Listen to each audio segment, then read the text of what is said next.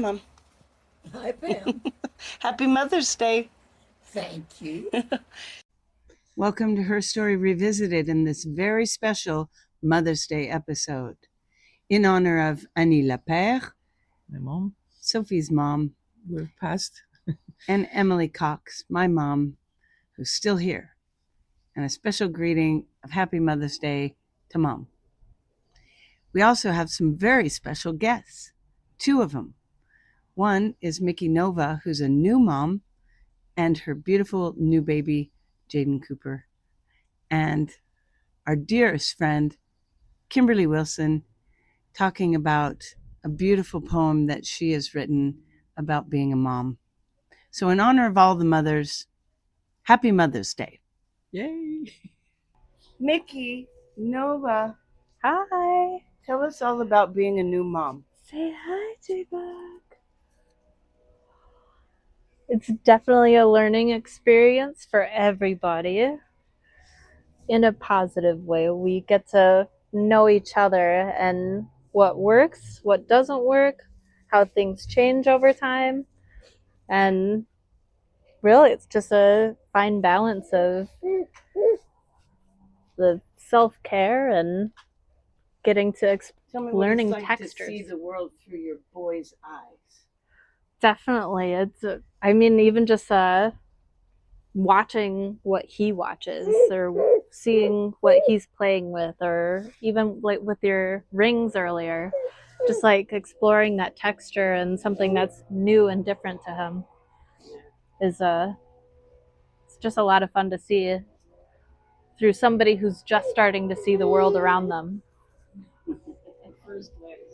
He's only had his vision fully come in for the last 2 months. So if you think about it, there's still so much that he has yet to see. And Jaden Cooper is how old now?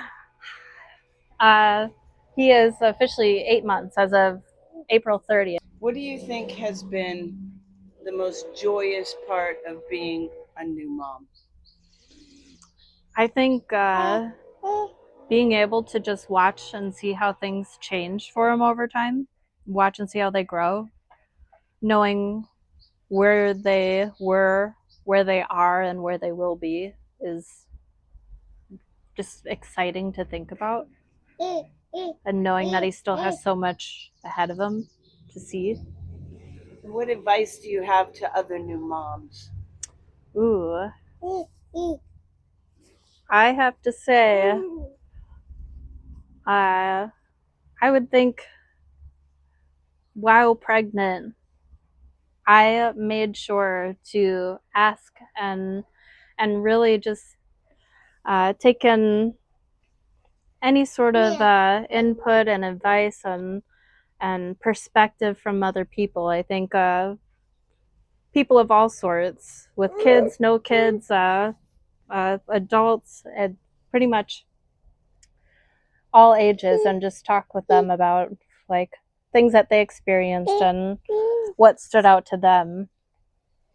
I think everybody has a little different input or things to share that come to mind. So it's always really like interesting to see what they choose to say for the things that are less talked about, where you're like, oh, I wasn't expecting that.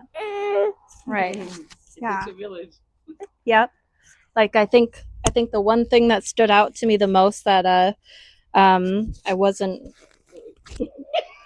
Don't eat the microphone. Oh, it's okay. No worries. No worries. This is a special episode for Mother's Day, and our special guest, Supermom and marathon runner, Kimberlea Wilson. Let me just brag on my friend for a minute. So Kim is a supermom. When we met Kim, we adopted her immediately. We went to this women's weekend that was kind of a camp out, and it was a bunch of women entrepreneurs that just wanted to let their hair down for a weekend. Yeah, a place to network, a place to, yes, have a chance. Yeah, so we ended up sleeping in this weird room with like 6 women, and Kim was one of them. Fast friends ever since. That's right. So Kim is a marathon runner and Pilates instructor and Supermom and corporate entity and a whole bunch of wonderful combinations of things. But why I wanted to invite her today is for our Mother's Day episode, because Kim and I have very much bonded over our moms and the entire idea of being in this middle of life and figuring out what your second chapter is going to look like. And I think that's been a central theme of our whole friendship, hasn't it? Yes, absolutely. More so now than when I first met you. When I first met you, I was still in the thick of sports and middle school and running around and chauffeuring and, very much 1,000% full-time mom. All the things the mom requires. Yes. And the beautiful thing is that Kimberlea is also a beautiful poet. And so I wanted her to share with us a beautiful writing that she did about what it means to her to be a mom. And since when I met her, her daughter was the same age as I was when my mom found herself suddenly a single mom. Wow. It really, Yes. yeah, it really meant a It lot is. to me. And now my mom's in assisted living, and Kim's kind of the young mom that we've decided to adopt. So tell us all about what it means to you this sacred day. It's interesting. I've always celebrated Mother's Day honoring my own mom, which is, how it's supposed to be, right? We're celebrating our own moms. But it's very different when you get to celebrate it because you are a mom. And I wouldn't be a mom without my daughter. So I don't ever want to celebrate Mother's Day without her. I know some moms don't want to be with their kids or their families on Mother's Day. They don't want to make any decisions. They don't want to be bothered. And so they just want to go off and have a day. But I feel very honored to be able to celebrate this day and to be with her and just like being a mom and being a single mom, it's never just about me, right? I don't know. It's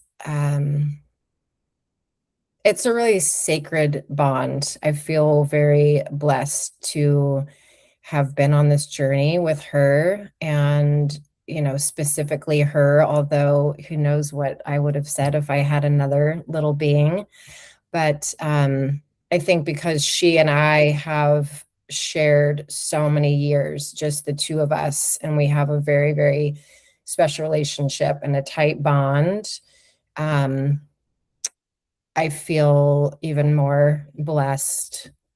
I'm very excited she's coming and I get to spend this day with her. So I think being a mom to me represents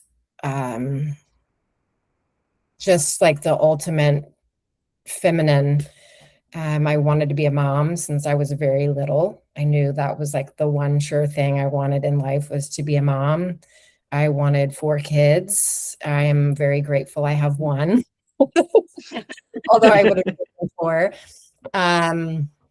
And I say that because she and I have been able to do a lot of different things together that I would not have been able to do, especially as a single mom with 4 kids.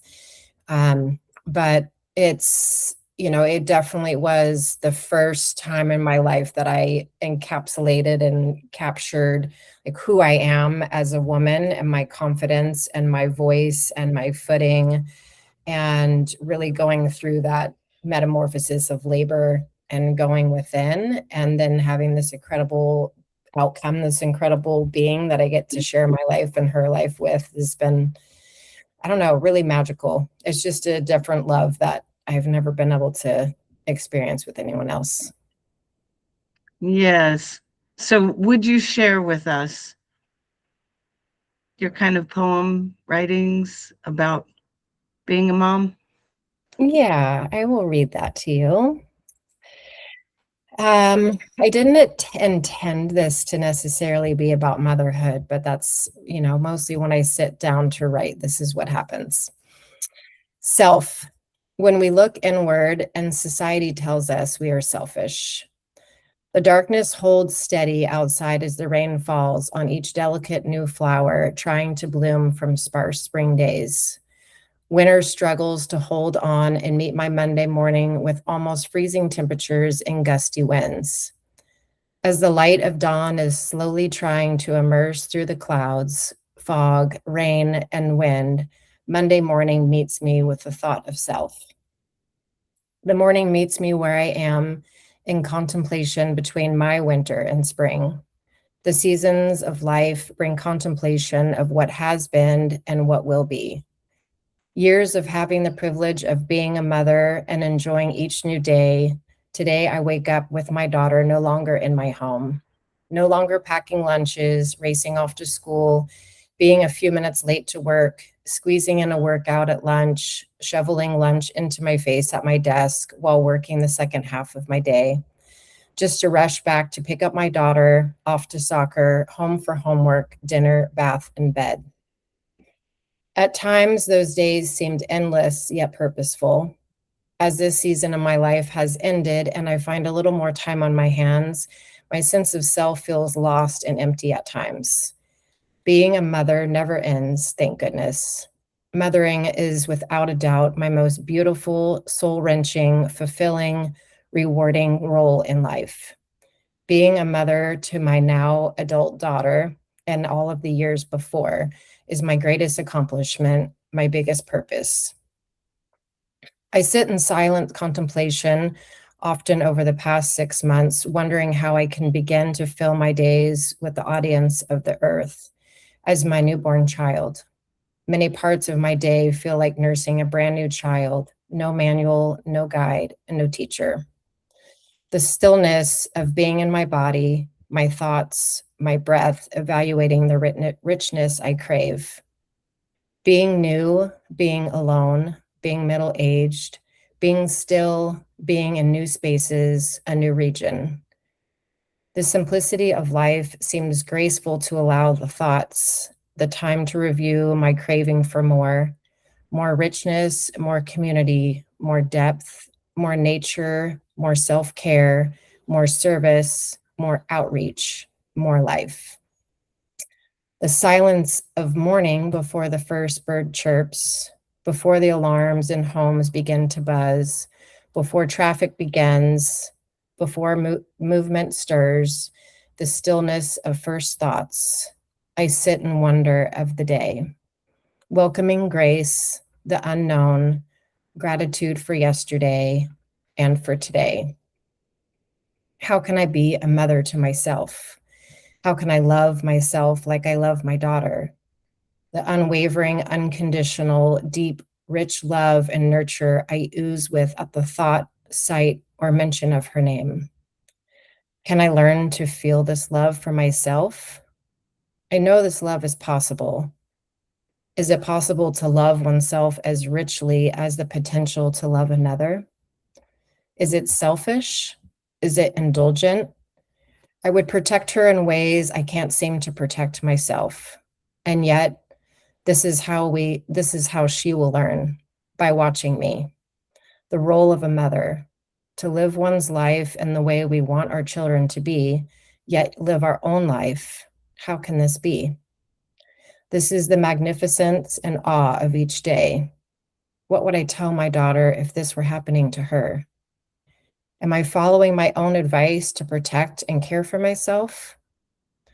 To self-forgive, apologize, nurture, love, spoil, encourage, praise, celebrate, and commend, to hold oneself in the light and love as we hold others, to slow down and listen and alter the way we speak to ourselves, to stop and allow ourselves to play, skip, jump, laugh, swing, dance, be joyful without judgment. Is it gracefully possible to see this light within, watching it from outside in? We are alive in this life. This is our time.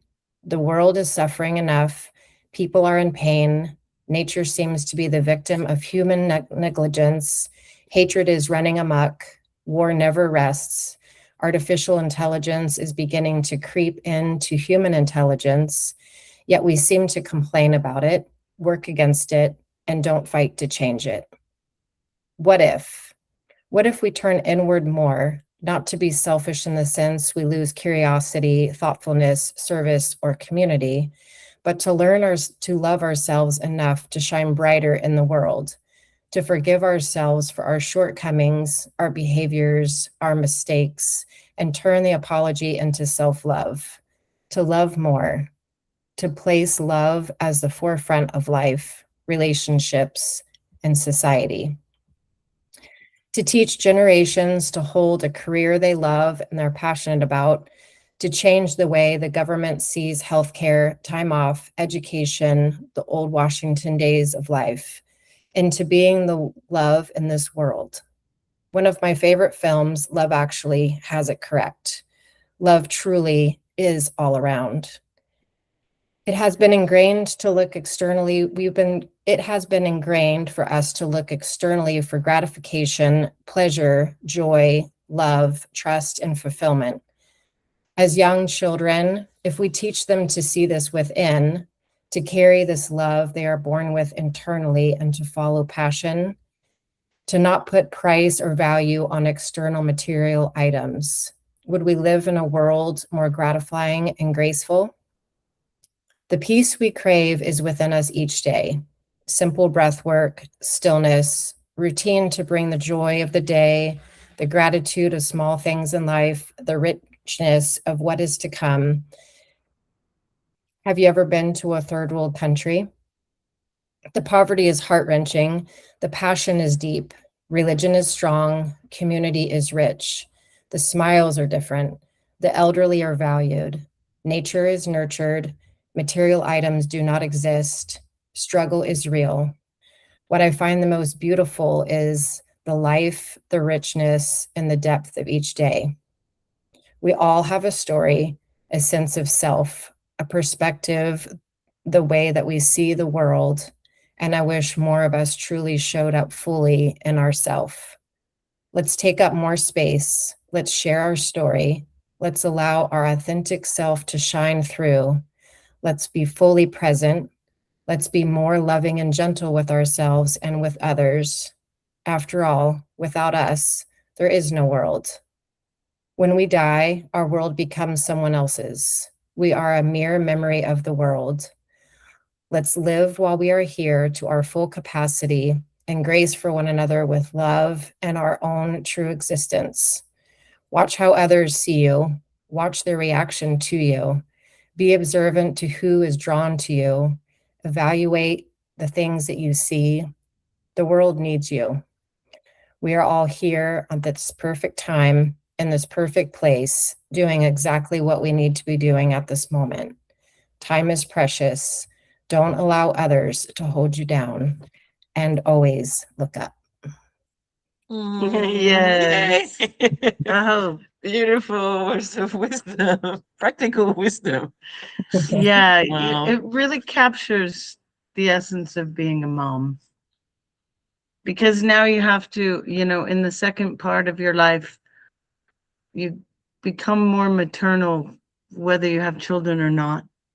And you have to learn how to be more maternal. No, it's interesting because especially being a mom of a daughter, right? I watch her in her adolescent years and her teen years and becoming a young woman and watching, from my perspective, how she sees herself and how she's finding her voice and her footing and imagining, like remembering what it felt like to be that age and being kind of at the beginning. And for the first time, I remember very clearly watching her for the first time, realizing that people could see her, right? Like she knew that people were around her, but people were aware of her. And it made me sad in a way because she was this big, bright light and very outgoing. And then she kind of started to retract a little bit and hide that side of herself. And now she's coming back out of it again, right? Like, I don't care what people think. And then it's interesting being where I am, because I don't really care anymore. And I think it's part of some recent experiences, but also my age. And, looking at myself, I feel 35 and looking at myself and going, oh, I don't look 35 anymore. And people that I think are older than me are looking at me that I am the same age as them. And I visually see them a little bit different than I feel internally. And it's interesting, but it's also really fun. Like, I'll walk out of the house and, socks with clogs, and I don't even care. And I'm like, I don't care. This is what I want to wear today. If somebody has a problem with it, that's their This is problem, what not it's mine. come to. Yes, why not? Why not? Sure, I'll wear my pajamas to Winko. But it's funny because for so many years we try and, we try and please other people much more than we try and please ourselves. And we try and make other people happy and other people more comfortable and do other things for other people more so than we do for ourselves. And it feels really good to arrive in a place in my life where I am really enjoying nurturing and caring for myself alongside. I can still be very present for other people and nurture them and care for them and have good relationships with them. And also know that it's okay to say, like, I thank you for the invitation. I can't do that today. And I don't need to explain Yes. why. And I don't need to go into some long story. So it feels Right. nice to have arrived in this space. To all moms out there, happy Mother's Day. That's to longtime moms, the moms to teenagers, new moms, moms to be, mom figures, and even the rent-a-moms. We want to say absolutely happy Mother's Day out there to you. Any type of mom, you are amazing. Yay, you are amazing too. Thank you for spending time with us on Herstory Revisited. If you enjoyed today's episode, follow the show, share it with someone else, and please subscribe. It really helps more people discover the podcast and the channel. Until the next time, stay curious, keep asking questions, and we'll see you soon.